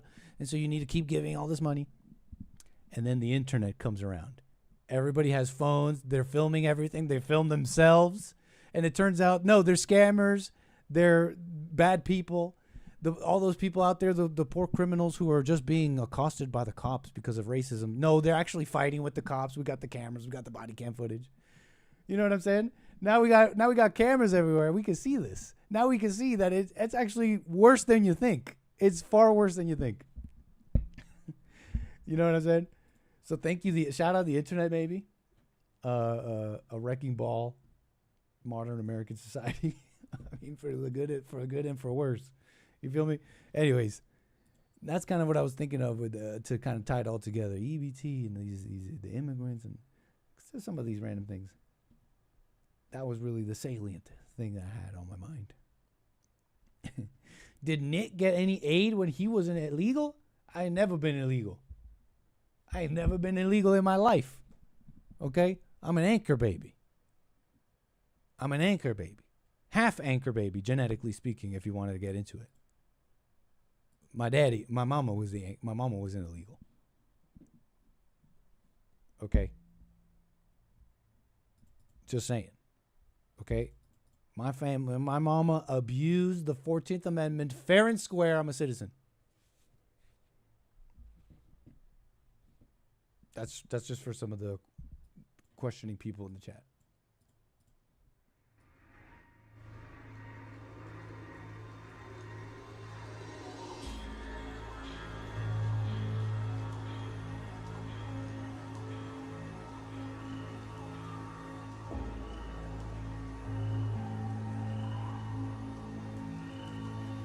How about a couple calls to Super Chats before the end of the show? We've been having a nice little stream here. Hope you've been enjoying yourself.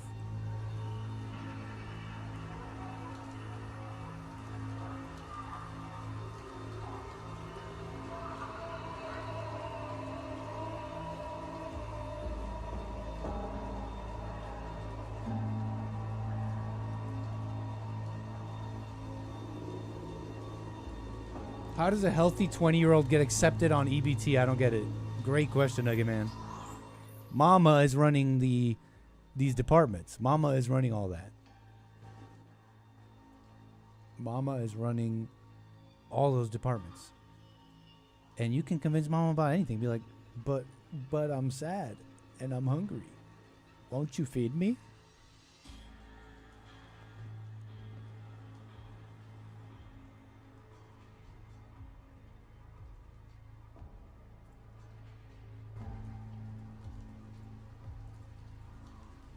We got New Jersey on the air. Thank you for your call.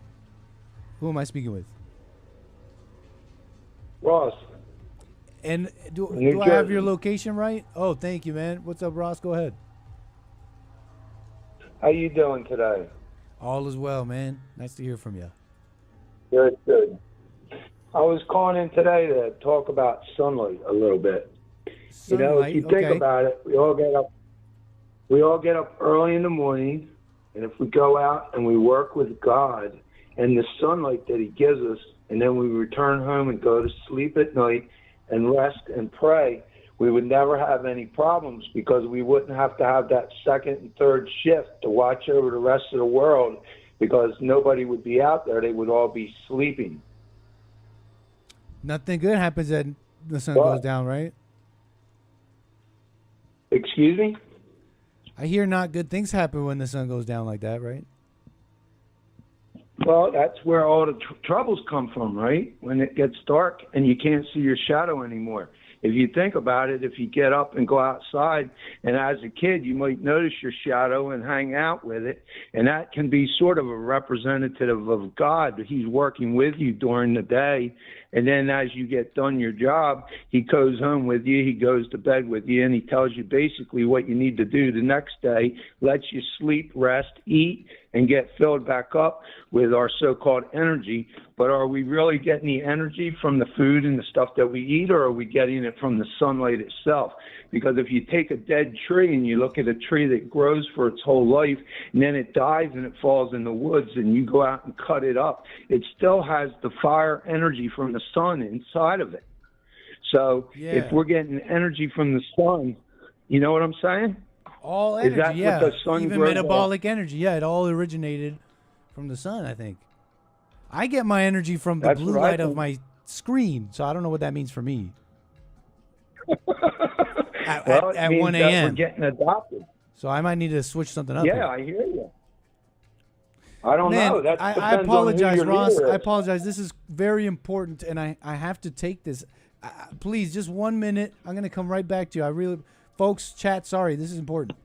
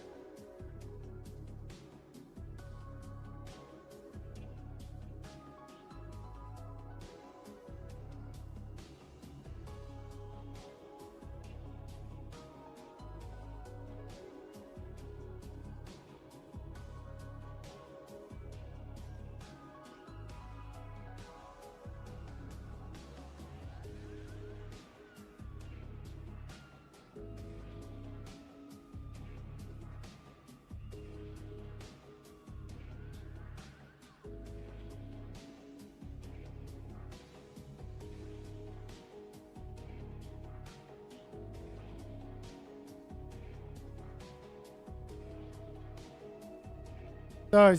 What a mess. That's terrible. But that was important. That was important. It has to do with Bond. Upcoming things. Very cool content coming up. You make sure you're subscribed to all the channels, including Jesse Lee Peterson, obviously.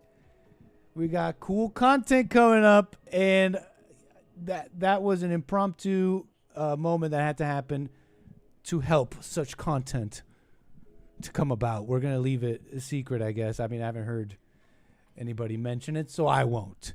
But we got cool content coming up with JLP, and I was just helping out with that. I had to take that call. Apologies, folks. Look, we're basically at the end of the show. What a mess. But my callers have been waiting very patiently. And I'm going to run through these callers who've been waiting so patiently, even through my little call I had to deal with and all that. So cool content coming down the pipeline. You guys are going to love it. Let's show some love to the callers in the last bit here. We are basically done. I mean, it's overtime technically, but let's do this. My lovely callers, thank you so much. Let's go to California. California on the air. I believe we got William. You're a mess. Did you really walk away from? Did we really hear your footsteps and the door open like Kevin Samuels? Yes. Did you really walk? You walked away from us like you was Kevin Samuels. I thought I really think I'm something here. I think I got the embroidered. I think I got the embroidered jacket and the pimp mobile. You know, not the Pimp-mobile. You know how I feel about that stuff. You know how I feel. And Ardeen, I'm so sorry, Ardeen. Let me do this real quick and let you get somebody else. Ardeen, I'm so sorry. I didn't mean to torch you, but you married women that are, up in age like me. Y'all know y'all can't handle me. That's why y'all can't stand me, because y'all know I dropped y'all off at Denny's back in the day after the club. And I'm sorry. We destroyed y'all, but all you men with these wives always come after the wheel. You can't come after the wheel. Stop it. I don't do old broads. But yesterday, Ronnie, if you're going to say something and don't lie. I'm not complaining. What I said is adults have no business talking about minimum wage. That was my point.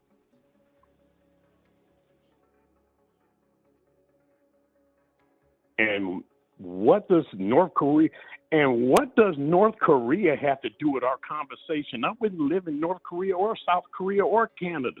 What are you talking about, Ronnie? He sounds like he wouldn't want to live in North Korea or Korea. No, I wouldn't. Why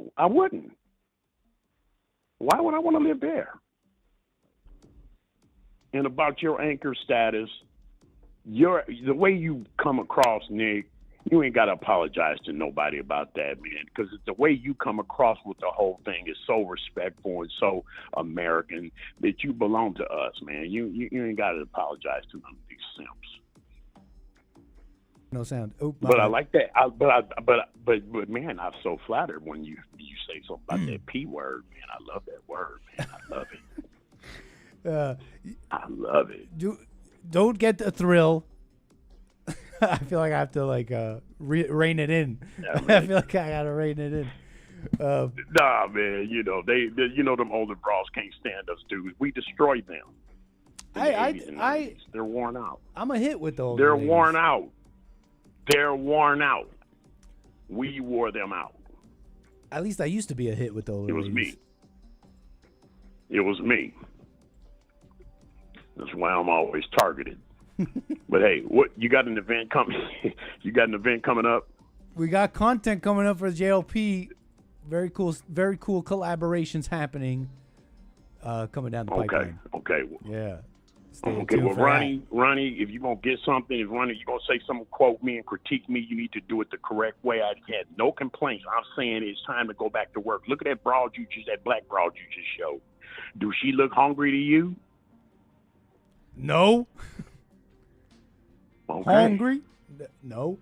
Or hungry. All I said yesterday is it's just time to go back to work. He's cheese grating all the useless jobs, and all them able-bodied 20 and 30 and 40-year-olds go back to work. That's all it is. Big damn deal. Yep. Golly. Y'all don't want to work? $60 for Ronnie Enfamil. went right back William? to something free. Ronnie went right back to something free. That's exactly, your caller was right. He went right back to something for nothing. And that's all I got to say about that. Yeah. It's $60 for Enfamil, William. Yeah. For baby formula. Yeah, but we're not $60. giving free stuff. No. Man, I agree. It's over with. You guys had a nice run. It's over.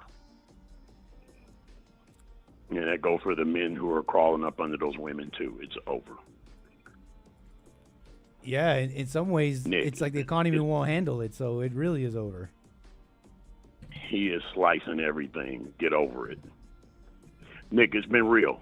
Always a pleasure, William. Thanks for holding so long. Apologies on that. And then call me again. All right. Okay.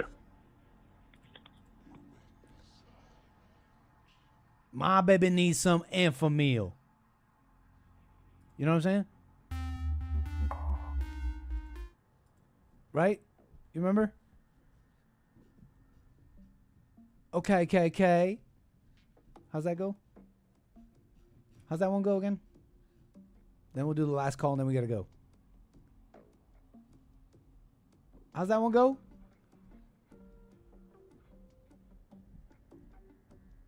Don't try to stop or get in my way. Right? How's it go?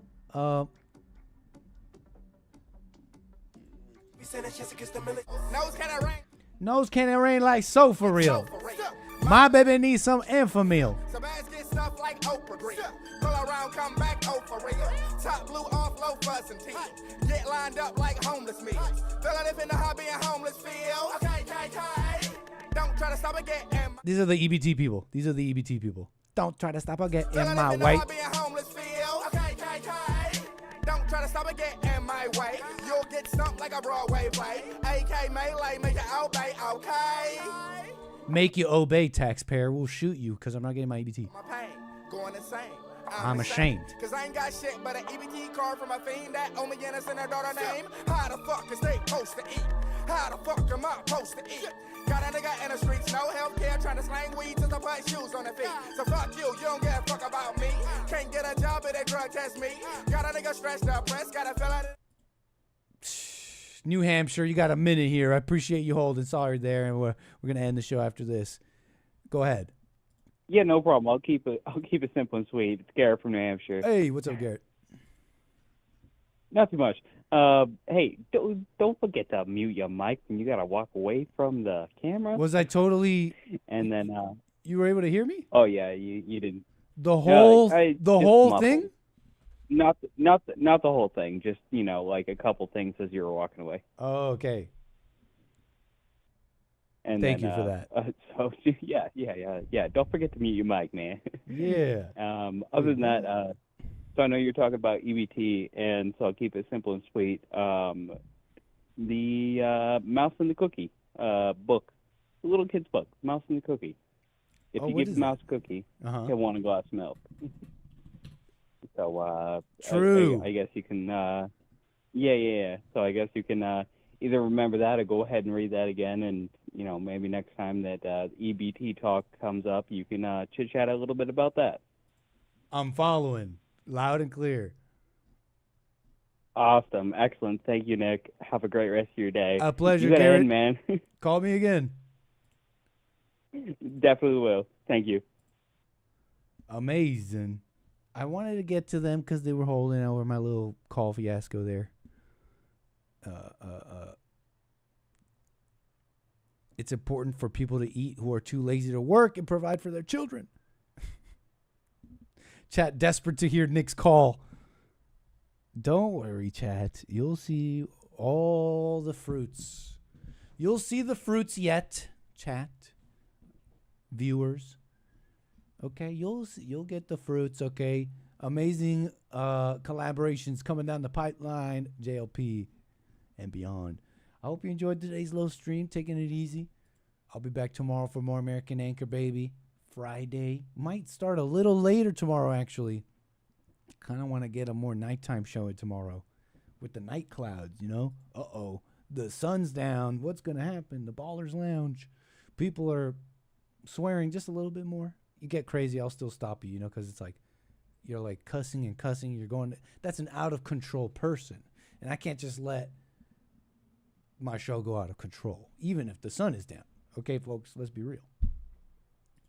Other than that, though, I hope you enjoyed it. Taking it easy with the Anchor Baby. We'll be back tomorrow. Make sure you like and subscribe and all that. For now, take care. Like I said, I'll see you tomorrow. Peace.